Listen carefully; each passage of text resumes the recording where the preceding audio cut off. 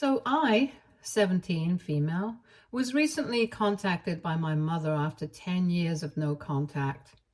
She put me up for adoption when I was 7 years old, and thankfully I was able to find a family willing to take me in. And for the sake of clarity, while I'm narrating what happened, I'm going to be referring to my biological mother as Rebecca and my adoptive parents as mom and dad. Rebecca had me with my biological father when she was probably around 20 years old, and she had to drop out of college because of me. But my biological father completed his education and they got married right after he graduated. When I was around 3 years old, he was diagnosed with leukemia and he passed away shortly after I turned 7. But I guess the process for giving up my custody had already started a long time before my biological father passed away. Because my mother gave me away and I moved in with my new family literally just one day after my dad passed away. I remember it as clearly as yesterday, even today, in spite of the fact that 10 years have passed since then, just because I was so upset and confused about what was going on. I remember being told by several people that I would be just fine, that my father was in a better place and stuff, but all I wanted to do was see how he was doing. He had been pretty sick, but he was always there whenever I wanted to see him. But I wasn't allowed to even say goodbye to him after he passed away. I barely even had time to register and process these things when my new family showed up the day after my dad's demise, and my mom told me that these people were going to take care of me for a couple of days. But days turned into weeks and then into months and eventually years, and I kept waiting for my mother to reach out to me, and I remember crying a lot about this initially because I thought that my mother and my family had abandoned me. But a few weeks after my mom and dad took me in, my biological grandparents came to see me, and they have been in touch with me since then. Back then, I was too young to be told the truth, but when I was around 14, they could not evade my questions anymore. I just really wanted to know what had happened with my birth mother, because I was well aware of the fact that I was adopted. I just wanted to know why all of this had happened, since I distinctly remember getting along well with my birth parents when I was little. So I don't know why my mother suddenly gave up custody of me and put me up for adoption. Anyway, I found out the truth from my grandparents and my mom and dad eventually. So apparently after my biological father's diagnosis with leukemia, my mother was devastated, but instead of being there for him, she started an affair with my uncle. That was horrifying in itself. But nobody even knew about it until 6 months before my dad's demise, since his health had started worsening considerably at that point of time, and my uncle and Rebecca did not think there was any point in hiding their affair anymore, because she knew that she wanted to be with him. And as soon as my father was out of the picture, she was getting together with him. So Rebecca and my uncle told their parents about it, and my grandparents were obviously disgusted with what was going on. But for the sake of my sick dad's sake, they kept their mouths shut about it because I was too young to understand. And they did not want my father finding out about any of this because he was already going through a lot as it is.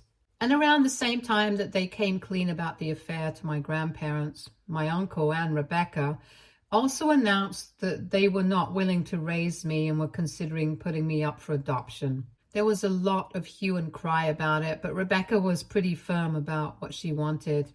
Apparently, she said that she had been much too young when she had me, and she didn't even want to be a mother. She did not feel ready at the time, and it was only because of her parents' insistence that she had me and got married to my father. Had her parents not pressured her, she probably wouldn't have done either of those things, and her life would have been very different. So now that my father was going to be out of the picture, she did not want me either, and she was going to put me up for adoption. Now, it was obvious that they could not send me away as long as my father was alive, so they waited until he passed away, and after that, they allowed my mom and dad to finally take me in. Even my adoptive parents were very shocked by the kind of situation that I was in, but they really just wanted to adopt a child and complete their family since they had been struggling to conceive for a second time after the first pregnancy, and it was too risky for my mom anyway. I know that my parents probably wanted to adopt a much younger kid, but they told me that they hadn't heard about me from any adoption agency. It was actually one of my mom's cousins who told her about my situation, since she used to be friends with Rebecca back then. And as soon as they heard about me, they knew that they had to get me out. They didn't even care about my age and spoke to my mother in person without any agencies involved. My mother also agreed to let them adopt me because even she was struggling to find someone who was willing to adopt a 7-year-old kid through the agency. They spoke to Rebecca 4 months before my dad passed away. And a couple of weeks before his death, everything had been finalized, and even my mom and dad had believed that after my father passed away, I would probably be staying with Rebecca for a couple of days at least, but she sent me away literally the next day. After I found out about the truth of the situation, I was really glad that Rebecca had decided to put me up for adoption, and I had been lucky enough to find such wonderful parents, because people mostly go for younger kids when they are adopting. I found a really wonderful family. I love my mom and dad, and my older brother and I couldn't be happier. I also have literally 4 sets of grandparents. So you can imagine how spoiled I've been right from my childhood. Nobody kept in touch with my uncle or Rebecca after my dad passed away, and they were not even there for his funeral, which had to be organized by my grandparents. I was there because it was a very somber situation, and I was already going through a very confusing phase. So they thought it would be better for me to settle into my new life until they reintroduced themselves. After finding out the truth about why I had been put up for adoption and why Rebecca did not remain a part of my life, I had thought that I would feel unwanted, or at least a little upset about it. But I mostly just felt relieved that I did not end up spending life with my biological mother, and I found my way to people who actually wanted me. I'm 17 now. I'm starting college in a couple of months, and I barely even think about Rebecca or my uncle or what they have been up to. But for the past couple of days, I haven't been able to stop thinking about them, because she reached out to me on Instagram to ask me if I would be willing to meet with her and mend things. I have a public account, and it's obviously not difficult to find me, but I couldn't understand why she was reaching out to me after so many years. So before I agreed to anything, I decided to ask her why she wanted to mend things with me all of a sudden. Then she sent me a long and heartfelt message about how so much time had passed, but even now she regretted her decision to give me up and prioritize her life with my uncle instead of her commitment as a mother. She said that she knew it was not her place to demand that I come back to her as her daughter, but she at least wanted me to know that she was not all wrong here. And the only mistake that she had made was that she had committed to a lot of things when she was too young to understand the repercussions of it. There was a lot of pressure on her, and that's why she had made a lot of bad decisions. But she never regretted having me. Regardless of what my family might have told me, she was just not ready to be a mother, and she wanted to make things right with me. And after thinking about it, I decided to say yes because I was just curious. I did not tell my parents or my grandparents about it. I just went ahead and met her. Only after I met her did I realize that she was not asking me to meet her only because she wanted to make things right with me. She needed my help. I should have realized that earlier, but unfortunately, I have a tendency to try and see the good in everyone, even someone like Rebecca. Anyway, we met for lunch 2 days ago, and initially she seemed very warm and cordial with me. She tried to explain her side of the story, telling me that her parents insisted that she had to marry my father, drop out of college, and take care of me and stuff like that. and she just wasn't ready for any of it. But she had to do it because her parents insisted on it. She later on started feeling very suffocated in her marriage, and the news of her husband's diagnosis was the last straw for her, which is why she was driven to have an affair. She did not regret it because she believed that my uncle was the love of her life, and she was glad to find them because she has been happily married to him for the past 8 years. Well, talking about my uncle, she started crying and told me that right now her marriage was in trouble, and that was part of the reason why she had come to me. She said that she needed my help in reconciling with her parents, and not just them, but also my father's parents. Because after she gave me away for adoption without even telling them, they had cut her off for the last 10 years and had nothing to do with my uncle or her. Both of them had been fine with it in the past, but for some reason, my uncle had recently started fighting with Rebecca a lot because he wanted to reconcile with his parents, and he knew for a fact that they would never accept him back in their lives after everything that had happened. And for some reason, he was blaming Rebecca for it because he believed that if she hadn't been so hasty in giving me up to my adoptive parents and had waited for a bit, then things wouldn't have gone so sour between all of them. So now the only solution that she could think of was to get me to talk to my grandparents and convince them to reconcile with my uncle and her. And maybe then she could save her marriage from falling apart because she and my uncle had been fighting a lot over the past couple of weeks. And she couldn't think of any other way to deal with the situation apart from this. Honestly, there's nothing that I regret more in my life than having gone to meet that woman, because clearly she was not there to genuinely apologize to me, to offer an explanation to me, or even to make amends like she claimed. She was only there because her marriage was in trouble, and she thought that I could help her out. If I could, I don't think I would want to do that, because she does not deserve my help after how selfish she has been. After hearing her out, I told her that her crocodile tears were not going to work on me, and I was about to leave, but she said that if I had been in her place, I would have understood her situation better. She said that she had been forced to become a mother when she wasn't even ready to do it mentally. And in spite of that, she had tried her best to be a good mother to me. If I couldn't even see that because I was so brainwashed by my family, then that just meant I was no different from the rest of them. That just really ticked me off because so far, she had only been a mother to me for 6 or 7 years. And even then, she had all the help in the world. And I was pretty confident that she had not been told to drop out of college by my grandparents. That was her personal choice. They had told me several times that my mother had chosen to give birth to me. They had not insisted on anything, but had only advised her to have me and then see where it goes. She was the one who misconstrued it as pressure from them. And if it came down to choosing whom to trust between those two people, I would obviously pick my grandparents.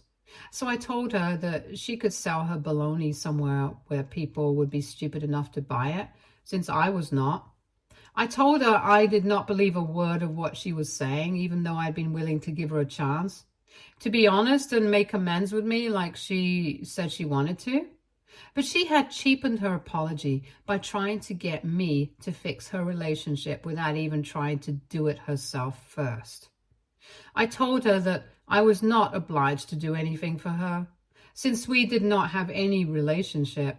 She might have given birth to me, but it was my mom who had raised me, not her. Then I walked out of the restaurant and went back home after that. And once I got back home, I realized that she had texted me, and it was a voice note of her crying. I could tell that she was still inside the restaurant because I could hear the background noise, and that's why I felt a bit guilty, because I'm pretty sure you have to be really devastated to start crying like that in a public space. Anyway, she was crying and saying that it was really horrible of me to say that we did not have any relation, because no matter what had happened, she was still my biological mother, and I was her flesh and blood. And regardless of everything, she still considered me her daughter. But I don't know what to tell her. I really just don't consider her my mother anymore. And I don't really want to feel bad about it because I don't think it's necessary. She hasn't been my mother for the past 10 years. I just feel messy and conflicted because of the way she was crying on the phone. And even now, I haven't been able to bring myself to block her. I don't think of her as my mother, but she's still a human being who had a connection with me. So AITA for telling my biological mother that I don't consider her my mom anymore. Edit. Hi, so I thought it was very clear in my post that I haven't told my family about it. I don't think they would be on board with my decision to go meet Rebecca, and that's why I did not tell them before I made my decision. I know I owe this to them, and I'm definitely going to tell them, but for now, I just wanted this to be something that I made a call on by myself. Besides, I knew that if I had told them about it, they never would have let me meet her because all of them hated her. And rightfully so. I know that for a fact. I guess I just wanted some closure, and that's why I went to meet her in the first place. I didn't know what I was expecting. I knew that she was going to apologize, and I just wanted to talk to her one last time, I guess. It's just that her reaching out to me brought up a lot of mixed emotions, and I guess I wasn't thinking straight. But whatever it is, I did go to meet her, and it's done now. And I don't think I would change my decision if I could go back in the past and do it. I needed some closure, and I got it, and I don't regret what I did. Sometimes you just have to forget about everybody else and do what you think is right. Even if it's a mistake, it's going to be your mistake. And that's what I believe. Update 1. I finally told my family that I had gone to visit Rebecca, and just as I had expected, they were not happy about it in the slightest. I met her last week and I blocked her a couple of days back after she kept relentlessly bombarding me with texts and phone calls, demanding that I speak to her again and give her a chance to explain herself. I didn't know what she was going to say to me, but I didn't even want to find out anymore. I met her once and got my closure, but that's all that I needed from her. And it's not like she genuinely wanted to speak to me and make things right. She just needed my help, and I'm pretty sure that's the reason why she's even contacting me after the fight that we had at the restaurant. Anyway, I didn't want to speak to her again, and I knew that it was about time that I told my family about our meeting as well. So I sat them all down today, my parents and all my grandparents, and I explained everything to them. My parents were obviously upset that I hadn't discussed this with them, and I had just taken off without telling them who I was meeting, but they still seemed to understand. It was my grandparents who were really upset with me. They scolded me a lot, and I heard them out patiently because I deserved it. I should have spoken to them first. Mostly they were just worried that my mother would have tried to brainwash me and tried to make them look like the villain since they knew her well enough to expect it. After they were done, I told them that the only reason I had met her was because I needed some closure, and I did not expect everyone to understand immediately why I had that thought process. But it was something that I needed to do, and I did it. The only thing that I was sorry about was that I did it behind their backs, but I promised them that I would never be dishonest with them ever again. And that seemed to pacify everyone. And then we started discussing the reason why Rebecca had called me there, and the things that she had said about my uncle wanting to reconcile with his parents and stuff. The one thing that all of us could agree on was the fact that there was definitely more to the situation than we were being led on. If she was trying to manipulate me into getting back into the family, it meant that they were probably in trouble and needed some sort of help. And since Rebecca had said that her marriage was in trouble, and she had definitely seemed very distressed when she was on the phone, and even when she met me, my grandparents deduced that she was probably being truthful about my uncle being pissed at her now. Whatever the truth is, we're not going to interfere because it's not our place to say anything. My grandparents were very clear about it. They said that they had stopped considering my uncle and Rebecca their family the day that they announced that they were together while my father was still sick. The last of it, when my mother just gave me away without even talking to them or giving them time to explain things to me. They just got lucky that my adoptive parents were kind enough to continue to allow them to be a part of my life. So long story short, I have now blocked Rebecca. No matter what happens after this, I'm not going to be speaking to her again. I know that she's quite desperate to talk to me, since the last few messages that she sent me were begging me to talk to her and telling me that her marriage was falling apart and so was her life, and she desperately needed me right now. I felt really guilty ignoring all of that, but honestly, what does she even expect me to do? Even if I wanted to, I really don't think that I would be able to get my grandparents to speak to her or my uncle. If I was in their place, I wouldn't want to speak to them either. So it's completely fair for me not to want to interact with her anymore. I know that she can just make more accounts and keep trying to get to me, but it's not going to work. So I have decided that if she tries to reach out to me again, then I'm going to tell her that I'm not interested. And if she bothers me, then I'm going to report her. I did overhear my grandparents discussing potential reasons as to why my uncle would want to contact them again after so many years. And they had been speculating that maybe they were having financial trouble. Since nobody from our family has been in touch with them, we don't really know what they've been doing. We know for a fact that they are still living here in the same city, but we don't know what they do for a living. Rebecca used to be a stay-at-home mom when I was living with her, but now I don't know.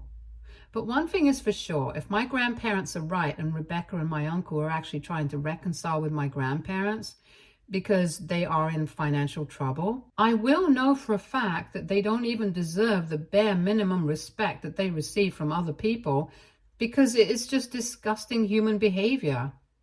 Reaching out to your daughter who you haven't spoken to in a decade so she can fix the situation with your parents just because you need money, that's literally one of the cheapest things I can imagine people doing.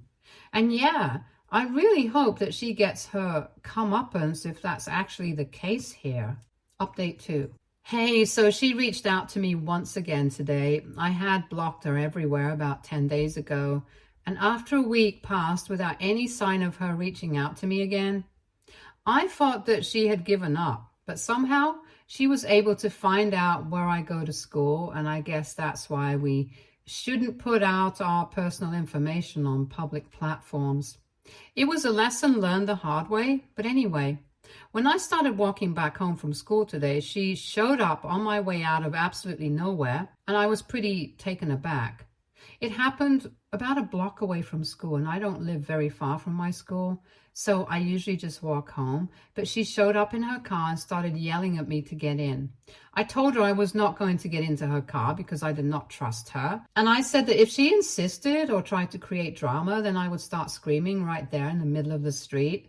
And then she would be done for. She just told me she was not here to fight with me or bother me.